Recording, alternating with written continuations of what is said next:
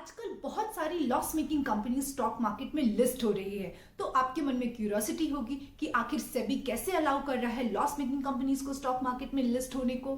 तो इसका रीजन ये है कि there are two methods to get listed in stock market. पहला कन्वेंशनल मेथड, जिसमें आपको लास्ट 5 इयर्स में एटलीस्ट 3 साल तक प्रॉफिट्स रिपोर्ट करने होंगे और तभी आप स्टॉक मार्केट में लिस्ट हो सकते हो। और दूसरा रूट है क्यूआईबी रूट।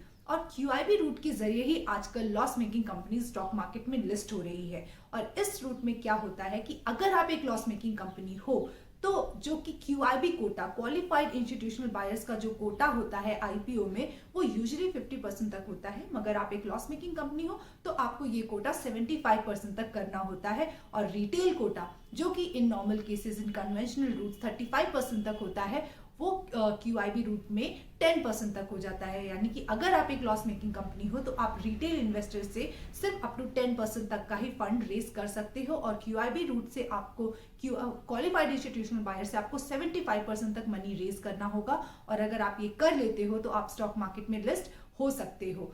मगर इसका मतलब ये नहीं है कि अगर loss making company stock market में लिस्ट हो रही है तो आप जाकर के उन स्टॉक्स, आप जाके उन आईपीओज में अपना पैसा फंसा दो।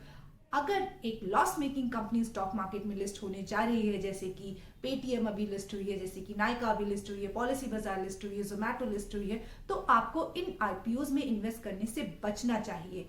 Let the stock get listed. एक बार ये loss making company stock market में लिस्ट हो जाए, एक बार उनकी प्राइस डिस्कवरी अच्छे से हो जाए, उसके बाद ही आप इन कंपनीज में इन्वेस्ट करने की सोचिए। तो आज का लेसन ये है कि लॉस मेकिंग आईपीओ से आपको बचना चाहिए। अगर जोमैटो और पॉलिसी बाजार और नायका जैसी स्टोरीज है तो आपके पास पेटीएम जैसी स्टोरीज भी है, जहां पे इन्वेस्टर्स ने बहुत सारा पैसा ऑलरेडी गवा दिया है। तो लॉस मेकिंग कंपनी के आईपीओज में इन्वेस्ट करने से बचिए और उनको लिस्ट हो जाने दीजिए और उसके बाद ही इन्वेस्टमेंट करने की सोचिए।